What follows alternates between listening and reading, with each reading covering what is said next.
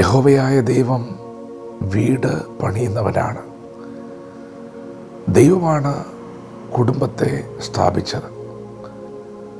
ആ കുടുംബത്തെ ദൈവം തന്നെയാണ് പണിയുന്നത്. നിങ്ങളുടെ കുടുംബജീവിതത്തിൽ നിങ്ങളെ കൊണ്ട് പരിഹരിക്കാൻ പറ്റാത്ത വിഷയങ്ങളുണ്ടെങ്കിൽ നിങ്ങൾ ദൈവത്തിൻ്റെ സന്നിധിയിൽ കൊണ്ടുവരുവിൻ. യഹോവയ്ക്ക് കഴിയാത്ത കാര്യമുണ്ടോ? അവൻ തൻ്റെ ജനത്തെ ശക്തി കൊണ്ട് അരമുറുക്കുന്ന ദൈവമാണ്. വഴിയിലെ കുറവുകളെ പരിഹരിക്കുന്ന ദൈവമാണ്. യഹോവയ്ക്ക് കഴിയാത്ത കാര്യമുണ്ടോ? ദൈവത്തിനറിയാം എങ്ങനെ കുടുംബത്തെ പണിയണമെന്ന്. ദൈവമാണ് കുടുംബത്തെ സ്ഥാപിച്ചത്. ദൈവമാണ് നമ്മെ സൃഷ്ടിച്ചത്. തൻ്റെ സൃഷ്ടിയുടെ കുറവ് പരിഹരിച്ച് സൃഷ്ടിയെ വീണ്ടും പുതുക്കി പണിയുവാൻ ദൈവത്തിനറിയാം. ദൈവം ഇന്ന് പകൽ നിങ്ങളുടെ കുടുംബത്തെ പണിയുകയാണ്. പിശാചിൻ്റെ പ്രവൃത്തികളെ അഴിപ്പാൻ ദൈവോത്തരൻ പ്രത്യക്ഷനായി. കുടുംബത്തെ പണിയുന്ന ദൈവമാണ്, എന്നാൽ കുടുംബത്തെ തകർക്കുന്നത് പിശാചാണ്. തകർന്നു കിടക്കുന്ന കുടുംബങ്ങളെ യേശു ക്രിസ്തു ഇന്ന് പകൽ പണിയുകയാണ്.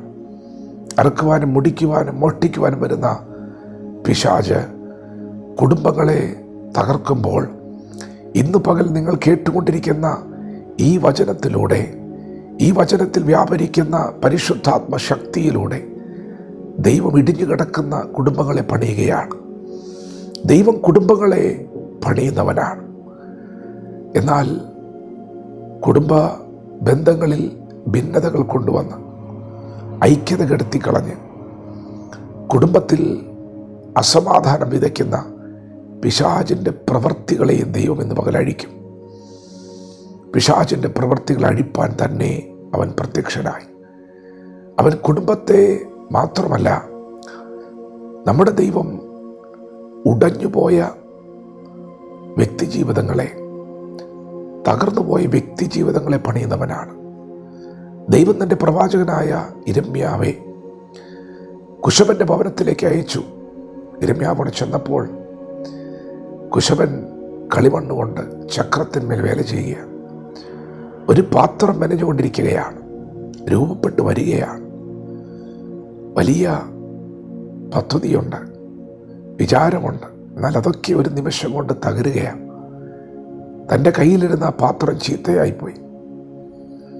പെട്ടെന്ന് കുശവൻ ചീത്തയായിപ്പോയി കളിമണ്ണിനെ കരങ്ങളിൽ വീണ്ടും എടുത്തു.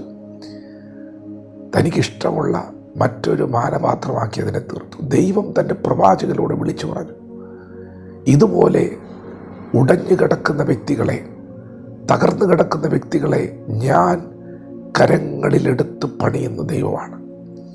പ്രിയപ്പെട്ടവരെ, ദൈവം നിങ്ങളെ പണിയുന്നു. എത്ര തകർന്നു കിടന്നാലും ദൈവം നിങ്ങളെ പണിയുന്നു. ദൈവത്തിന് അധികാരമുണ്ട്, ദൈവത്തിന് ശക്തിയുണ്ട്. ദൈവമാണ് നമ്മെ സൃഷ്ടിച്ചതെങ്കിൽ ദൈവത്തിന് നമ്മുടെ മേൽ പരമാധികാരമുണ്ട്. നമ്മുടെ ദൈവം വ്യക്തികളെ പണിയുന്ന ദൈവമാണ്. ഇപ്പോൾ തന്നെ നമ്മുടെ ദൈവം രാഷ്ട്രങ്ങളെ പണിയുന്ന ദൈവമാണ്. ഒരു രാജ്യത്തെ ദൈവഹിതത്തിലേക്ക് തിരിക്കുവാൻ ദൈവത്തിനറിയാം. രാജ്യത്തെ സുവിശേഷീകരിക്കുവാൻ ദൈവത്തിനറിയാം. നമ്മുടെ വഴികളല്ല ദൈവത്തിൻ്റെ വഴികൾ. അധർമ്മം പെരുകുന്ന ഒരു കാലഘട്ടത്തിലാണ് നാം ജീവിക്കുന്നത്. ലോകം മുഴുവനും സുവിശേഷം അറിയപ്പെട്ട് കഴിയുമ്പോൾ കർത്താവിൻ്റെ മടങ്ങിവരവ് സംഭവിക്കും. അങ്ങനെയെങ്കിൽ ഒരു രാഷ്ട്രത്തെ സുവിശേഷീകരിക്കുവാൻ ദൈവത്തിനറിയാം. ദൈവം രാഷ്ട്രത്തെ പണിയുന്നവനാണ്. വിശ്വസിക്ക്, ഇന്ന് പകൽ ദൈവം നിങ്ങളെ പണിയുകയാണ്. നിങ്ങളുടെ കുടുംബജീവിതത്തെ, നിങ്ങളുടെ വ്യക്തിജീവിതത്തെ, നിങ്ങളുടെ രാഷ്ട്രത്തെ ദൈവം പണിയുന്നു. വചനത്തോട് വിശ്വാസത്തോടെ പ്രതികരിക്കാം. ദൈവം നമ്മെ ഓരോരുത്തരും ഈ പകൽ അനുഗ്രഹിക്കുമാറാകട്ടെ. ആമേൻ.